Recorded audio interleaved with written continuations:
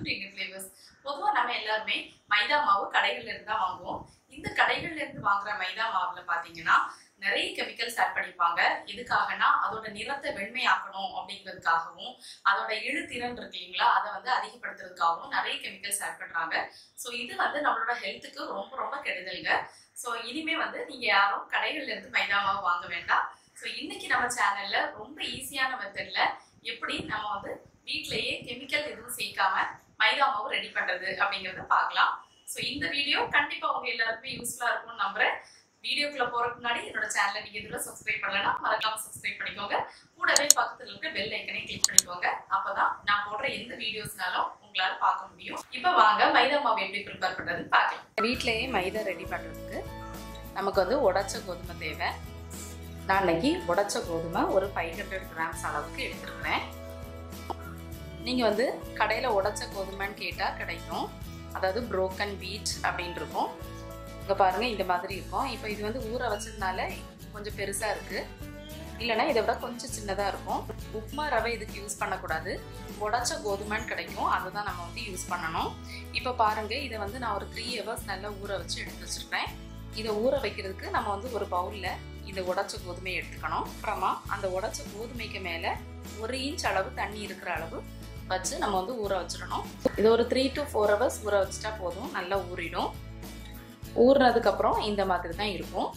இதை ஒரு மிக்சர் ஜாரில் சேர்த்து நல்லா அரைச்சி அதுலேருந்து பாலை எக்ஸ்ட்ராக்ட் பண்ணி எடுத்துக்க போகிறோம். தண்ணியோடு சேர்த்து இதில் சேர்த்துடலாம். சின்ன மிக்சர் ஜார்லனா 1-2 தடவையாட்டு போட்டு எடுத்துக்கோங்க. இப்போ இதை நான் 2 செட்டாக போட போகிறேன். இப்போ நான் ஊற வச்சுருந்ததில் பாதி இந்த மிக்சர் ஜாரில் சேர்த்துருக்கேன். இதை நல்லா அரைச்சிடலாம். நல்லா அரைச்ச கோதுமையிலேருந்து இந்த மாதிரி வடிகட்டியில் வடிகட்டி பாலை எக்ஸ்ட்ராக்ட் பண்ணிக்கோங்க. ஒரு ஸ்பூன் வச்சு இந்த மாதிரி நல்லா கலக்கி விடுங்க. அப்போ வந்து அதில் இருக்க பால் எல்லாமே நமக்கு கீழே வரும்.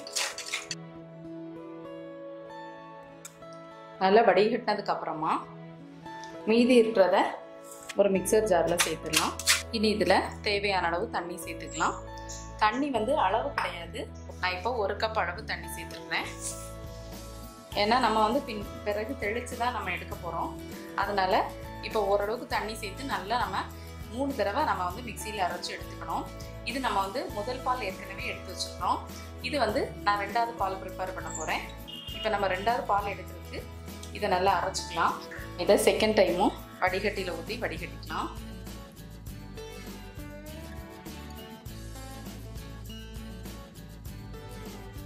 செகண்ட் டைமும் இதை நல்லா வடிகட்டி எடுத்துக்கோங்க. இது வந்து பார்த்தீங்கன்னா எல்லாம் ஒன்றோட ஒன்று சேர்ந்துட்டு கம் மாதிரி இருக்கும். செகண்ட் டைமும் பிழிஞ்சு பால் எடுத்தாச்சு. எல்லாத்தையுமே வந்து நம்ம சேர்த்து வச்சா போதும். தனித்தனியாக ஒவ்வொரு பாலையும் தனித்தனியாக எடுக்க வேண்டிய அவசியம் இல்லை. சேர்த்தே வடிகட்டி எடுத்துக்கலாம். இப்போ மீதியானதை திரும்ப மிக்சர் ஜாரில் போட்டிருக்கிறேன். இதில் கூட கொஞ்சம் தண்ணி சேர்த்து நல்லா அரைச்சி அதையும் வடிகட்டிடலாம். இதுலேயும் தண்ணி சேர்த்துக்கிறேன். இப்போ இதை நல்லா பேஸ்ட் மாதிரி அரைச்சிக்கலாம். 3rd டைமும் இப்போ அரைச்சாச்சு. இனி இதுலேருந்து 3ஆம் பால் எடுத்துக்கலாம். அதே வடிகட்டியில் ஊற்றி வடிகட்டிடலாம். இது வந்து கிட்டத்தட்ட நம்ம வந்து வீட்டு ஹல்வா ப்ரிப்பேர் பண்ணுறதுக்கு பால் எடுப்போம்ல, அதே ப்ராசஸ் தான்.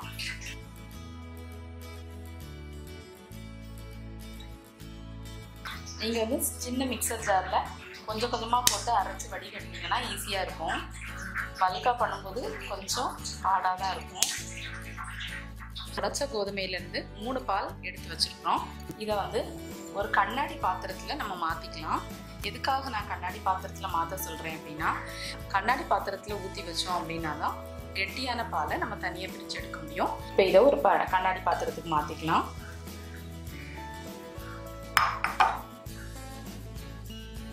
இப்போ பாருங்க, நான் வந்து 2 பவுலில் இதை ஊற்றி வச்சிருக்கேன். இப்போ இது கலங்கி இருக்கு. ஒரு 1 hour கழிச்சு நம்ம பார்த்தோம்னா கெட்டியான பால் நமக்கு தனியாக பிரிஞ்சு இருக்கிறத நம்ம பார்க்கலாம். 1 hour அப்படியே இருக்கட்டும். 1 hourக்கு அப்புறம் பார்த்தீங்கன்னா உங்களுக்கே நல்ல டிஃப்ரென்ஸ் தெரியும். ஃபஸ்ட்டு நம்ம வச்சுருக்கும் போது எல்லாமே கலந்து இருந்துச்சு. இப்போ நீங்கள் பார்த்தீங்கன்னா மேலே வந்து தெளிஞ்ச அந்த வாட்டர் மட்டும் மேலே இருக்கும். கீழே வந்து நமக்கு கெட்டியான அந்த கோதுமை பால் கிடச்சிருக்கு. இங்கேயும் அப்படிதான். அதனால தான் நம்ம வந்து கண்ணாடி பாத்திரத்தில் வைக்கணும்னு சொன்னேன். இப்போ இதில் மேலே இருக்குது பாருங்கள், இந்த தெளிஞ்ச வாட்டர் வந்து நமக்கு தேவையில்லை. இதை வந்து நம்ம ரிமூவ் பண்ணிடலாம். இது ரெண்டுலையும் மேலே இருக்கிற தெளிஞ்ச வாட்டரை மட்டும் நான் வந்து கீழே ஊற்றிட்டு அப்புறமா நான் உங்களுக்கு காமிக்கிறேன். இப்போ மேலே இருக்கிற தெளிஞ்ச வாட்டர்லாம் ரிமூவ் பண்ணிவிட்டு நான் வந்து கெட்டியான பால் மட்டும் எடுத்து வச்சுருக்கேன். இன்னொன்று என்னென்னா, நம்ம வந்து 1 hour இது தெளிய வச்சுருக்கிறோம். 1 hourக்கு மேலே வந்து இதை வைக்க வேண்டாம். ஏன்னா ரொம்ப நேரம் நீங்கள் வச்சுட்டிங்கன்னா அதுக்கப்புறம் அந்த கோதுமை பால் வந்து புளிக்க ஆரம்பிச்சிடும், கெட்டு போயிடும். அதனால 1 hour வச்சுருந்தாலே போதும், நமக்கு நல்ல தெளிஞ்சு கிடைக்கும். இப்போ இதை ஒரு பரந்த பாத்திரத்துக்கு ட்ரான்ஸ்ஃபர் பண்ணிக்கலாம். நீங்கள் உங்ககிட்ட இருக்கிற பிளேட் அல்லது ட்ரே எது வேணாலும் யூஸ் பண்ணிக்கலாம். நான் அன்னைக்கு 2 பிளேட்டில் கொட்டி காய விட போகிறேன். இதை இப்போ நல்ல வெயிலில் காய விட்டுடலாம். 2-3 நாள் நல்ல காயட்டும். அதுக்கப்புறம் எப்படி இருக்குங்கிறத நான் உங்களுக்கு காமிக்கிறேன். இப்போ 2 நாள் ஃபுல்லாக நல்ல வெயிலில் காய வச்சதுக்கு அப்புறமா இப்போ பார்த்தீங்கன்னா நம்மளோட மாவு வந்து நல்லா காஞ்சிருச்சு. மாவு வந்து நல்லா காஞ்சதுக்கு அப்புறமா நீங்கள் பார்த்தீங்கன்னா மேலே இந்த மாதிரி வெடிப்பு வர ஆரம்பிக்கும்.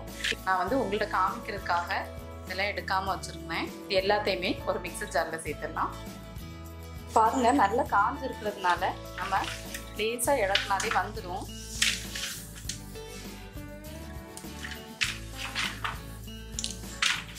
கொஞ்சம் சின்ன சின்னதாக இந்த மாதிரி உடைச்சு மிக்சர் ஜாரில் சேர்த்துருங்க. இப்போ பாருங்கள், நம்ம எல்லாத்தையுமே சின்ன சின்ன துண்டுகளாக உடைச்சு மிக்சர் ஜாரில் சேர்த்தாச்சு. இதை இனி நல்ல ஃபைன் பவுடராட்டு அரைச்சி எடுத்துக்கலாம். இப்போ பாருங்கள், நல்லா நைஸாக பட்டு போல் நம்ம வந்து அரைச்சி எடுத்தாச்சு. மாதிரி ஃபைனாக அரைச்சி எடுத்துக்கோங்க. இந்த மைதா மாவு வந்து நம்ம கடைகளில் வாங்குற மாதிரி பியோர் ஒயிட்டாக இருக்காது. ஏன்னா நம்ம இதில் கெமிக்கல்ஸ் எதுவுமே ஆட் பண்ணலை. இதை ஒரு பாத்திரத்தில் கொட்டி நீங்கள் ஆற விட்டுடுங்க. ஏன்னா நம்ம மிக்சியில் அரைச்சதுனால கொஞ்சம் சூடாக இருக்கும். ஆறுனதுக்கு அப்புறமா ஒரு நல்ல ஏர்டைட் கண்டெய்னரில் போட்டு ஸ்டோர் பண்ணிக்கோங்க.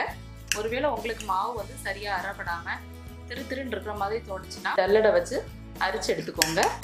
ஸோ ஃப்ரெண்ட்ஸ், இனிமேல் நம்ம கடையில் மைதா மாவு வாங்க தேவையில்லை. ரொம்ப ஈஸியாக சுலபமான முறையில் வீட்டிலையே தயாரிக்கலாம். கண்டிப்பாக இந்த ரெசிபியை நீங்கள் ட்ரை பண்ணி பாருங்கள். ட்ரை பண்ணி பார்த்துட்டு எப்படி இருந்துச்சுன்னு உங்களோட கமெண்ட்ஸ் ஷேர் பண்ணுங்கள். இந்த வீடியோ உங்களுக்கு பிடிச்சிருந்தா என்னோட சேனலுக்கு மறக்காமல் சப்ஸ்கிரைப் பண்ணுங்கள். தேங்க்யூ.